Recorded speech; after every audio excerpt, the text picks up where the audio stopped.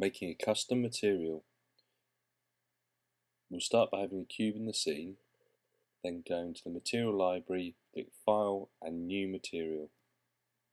You'll see that this brings up a blank material. Double click that and you can change the name to whatever you want. So from this point we give it a name and then change the colour by clicking the square or the rectangle and you'll get the colour wheel.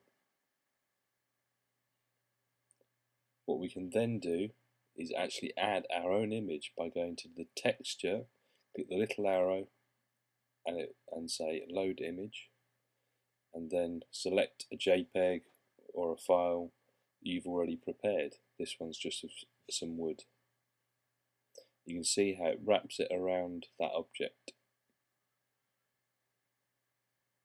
Then other things in the list are transparency, so you can set a value of transparency. And to actually make it work, what you have to do is turn on transparency by clicking the box and getting a tick, and you can see now we have transparency. Specular is another important thing. You can change the material's appearance to make it look glossy or matte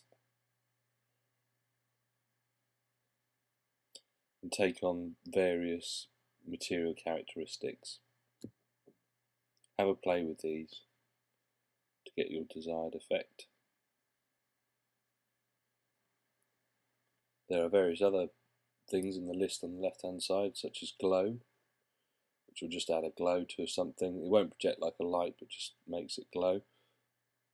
Another important one is bump.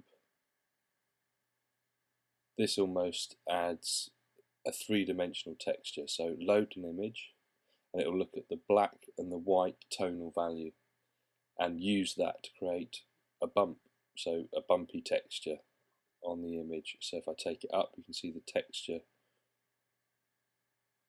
in the material, and bring it back down to a normal level, it'll appear smoother.